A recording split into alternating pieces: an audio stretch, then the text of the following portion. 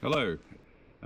Left Mareeba and I rode out to Lake Mitchell, turned right up Quade Road, and which takes me all the way to the coast. But instead of doing that, I turned left into the national park, and I'll follow that from basically just north of Cairns to somewhere up near Mossman. I think on the left of the road will be Kuranda National Park, and on the right is Mowbray, or maybe it's the start is Kuranda and the end is Mowbray National Park. I'm not sure, can't really tell from the maps. They don't sort of show which bit's what. Anyway, this road's not challenging and it's quite pleasant to be off the bitumen. As you can see, the road is very easy, and by the looks of the tracks, it's mainly motorbikes coming through here. So that's good. I don't know whether you need to be a motocross bike or an adventure bike, but the road's super simple. As you can see, there are some wet patches, puddles, what have you, but it's actually so far the clay is pretty good. Lots of traction, particularly with the Motors Tractionator tyres on the front and rear. Proving to be quite nice. It's been a while since I've ridden a motorbike, like 2 or 3 weeks, so this will start getting a bit of my mojo back. Haven't spotted anybody for the last hour. Not a soul. It looks like this track's relatively well used by motorbikes. A nice little creek.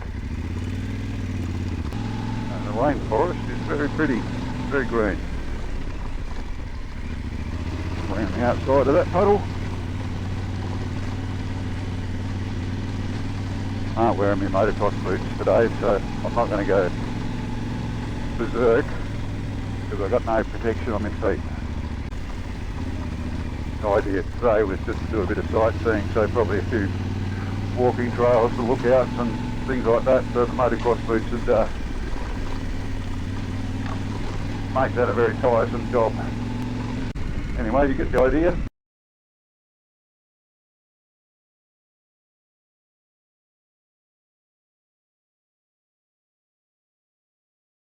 Here we are at the Daintree ferry, just about to cross over, and I think the last time I went across here was in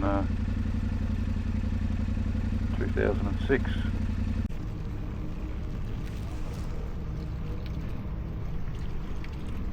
Here we go, across the river.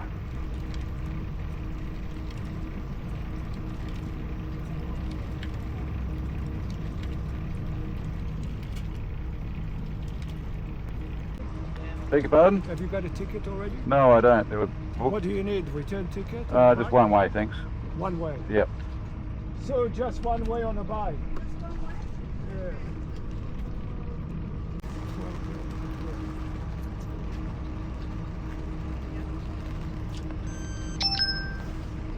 Thank you very much. Yeah, good. Thank you, man. Did you want a receipt? No, I'm all good, thank you. Lovely, thank you. That lady's got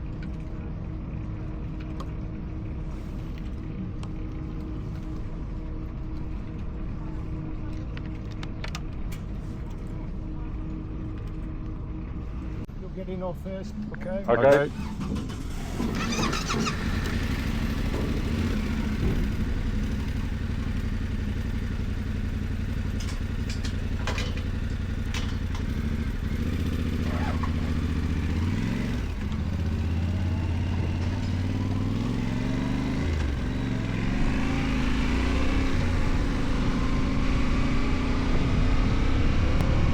Alexandra lookout, southern end of Cape Tribulation. Certainly a rainforest.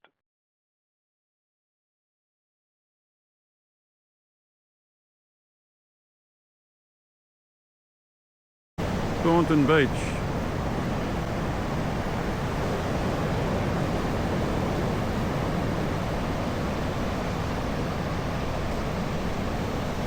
looking over the Cape Tribulation, right over there in the distance. Good morning, me again. Well, I chickened out.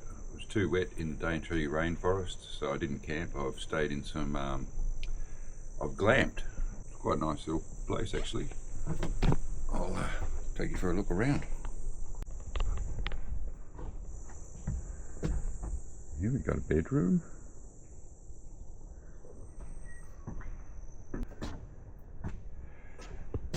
Toilet. Hot and cold outdoor shower. Very comfy. And there's a camp kitchen and everything. It's very comfortable.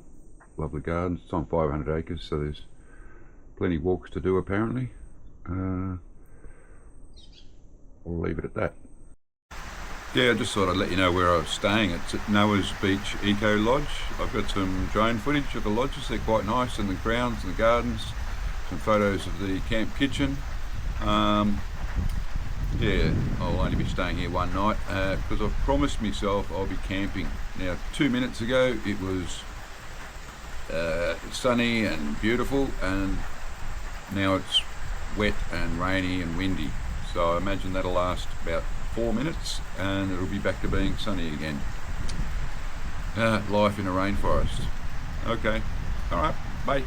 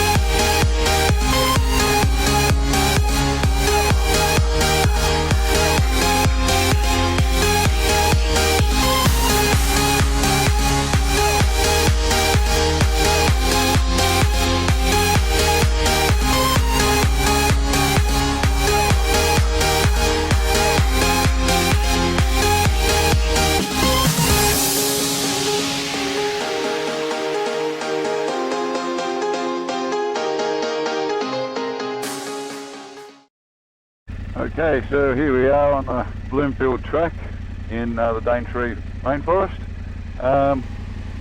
It's been a good day. I left at about 9:45, but the track's been steep in sections, but the really steep sections are actually all concreted, so it's really easy. It's an easy track. Sections are rocky, sections are a bit muddy, but not anything real challenging. There's a few of these, well, there's probably gone through a dozen little creek crossings like the one up ahead up here, and I thought I'd better turn the video on and do a creek crossing with the video running, and no doubt now that I've done that this will turn out to be a disaster, but we'll have a go.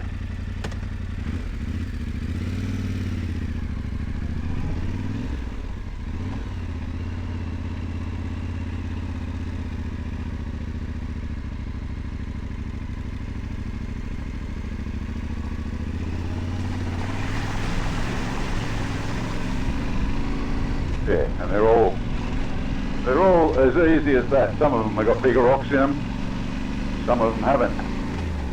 But I did start the day out with my wet weather gear on, and I was told as soon as I get past the concreted hills, it'll stop raining. So that's probably half of the reason why I'm taking it going so slow, because I've put the wet weather gear on, I've taken it off, and now hopefully it's going to stay off for the rest of the day. Oh, here we go. Long steep descent. Next 2 kilometres. This might be interesting. Again, it's concreted, so nothing really to worry about. It would probably be a challenge if it wasn't concreted, if it was slippery and rocky and rutted, but this is just a matter of third gear and putt all the way up. And I'm sort of glad that it is concreted, because the whole purpose of this ride was just to have a bit of a test of the luggage system, make sure it doesn't fall off and everything stays on comfortably. which I managed to get it strapped down relatively good so it doesn't move. And because of that, I picked this track because I knew it was fairly easy. I've been along here in a two-wheel drive. When I come across here, I think it would have been about 2006 with Brother Ian in a Falcon, Ford Falcon. The ferry driver said, "Oh no, you'll need a return ticket." Anyway, he made us buy a return ticket, but we didn't use it because we got all the way through in a two-wheel drive, and some of the sections probably a bit rough on the car, particularly some of the rockier creek crossings, but it made it no worries. As you can see, it's a pretty well made road. This is a good section, and in some sections it's just got lots of rocks in it. Like this has got rocks, but there's bigger rocks in some sections. It's these clayey sections that are a little bit, when they're wet, they're a little bit fun.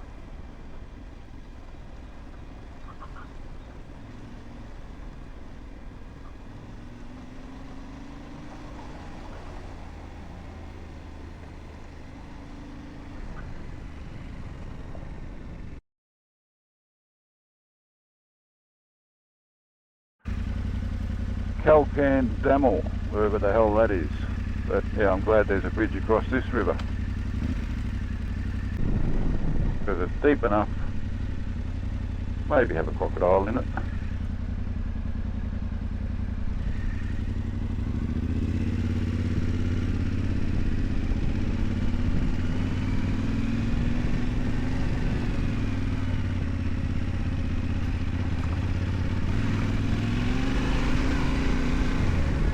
Hospital, 10 kilometres.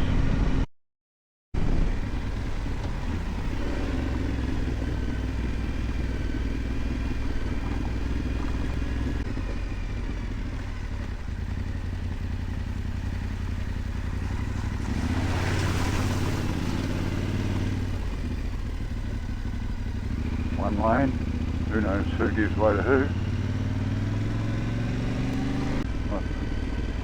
Imagine it's coordinated by on the UHF channel 40, but unfortunately I don't have a UHF channel on my bike. But anyway, it doesn't matter, I'm small enough. Squeeze past most of them. Although there was a car back there that came round the corner, flying around the corner, bloody on the wrong side of the road, and just about pushed me into the gutter, the arsehole. Oh, should I say that? Yeah, of course I should. I think on my right is the Bloomfield River, so I'm almost at Bloomfield. Car coming. I think somewhere along here is the time that when Kylie, me, Ben and Kate, Heather and Michael came through, there was a lookout over the river, and there's a massive, big, probably 7-metre crocodile sunning itself on a bank. It'd be good to get that photo this time.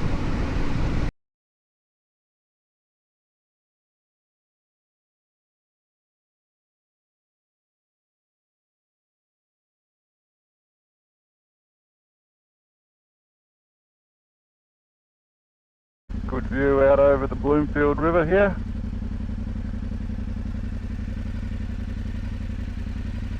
We're at Wajul Aboriginal country. It's been bitumen for the last 20 or 30 k's, so not very exciting at all.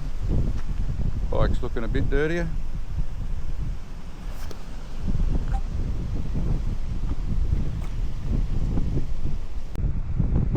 But yeah, very pretty. Not far from Cooktown, where I'm going to stop and get some lunch.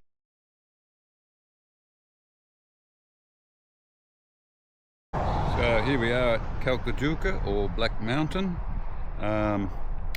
It's formed by the core of a volcano solidifying, and then over time the granite is eroded, partly chemical and partly weathering, and that's what you get at the end of it, is a big pile of rocks.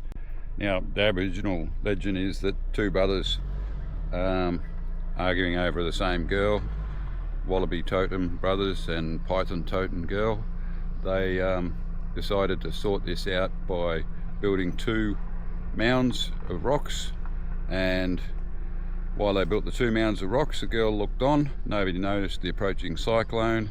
The boys were blown away and the girl drowned. Oh, happy story. But there is rock wallabies living up there, there's pythons living up there, there's all sorts of things up there.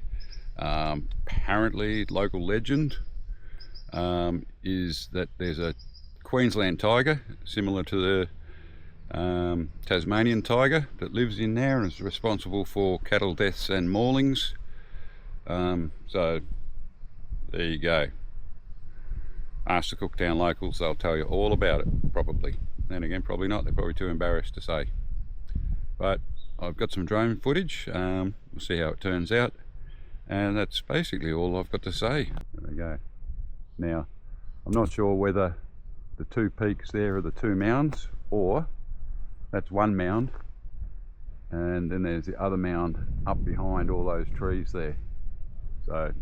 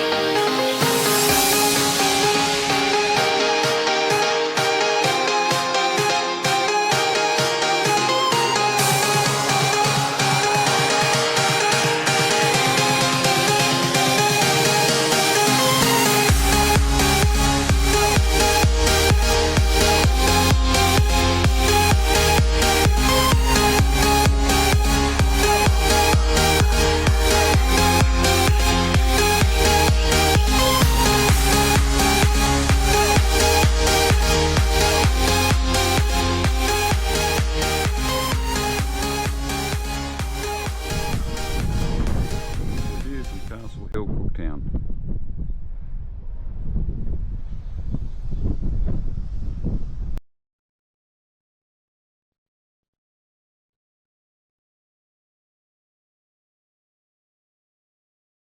Right, just been up to Castle Hill, to the lookout up there, to have a look over Cooktown and the Endeavour River.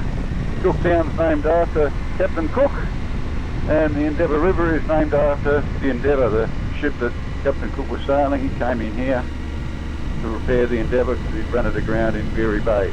Anyway, enough of the history lesson, let's get some food.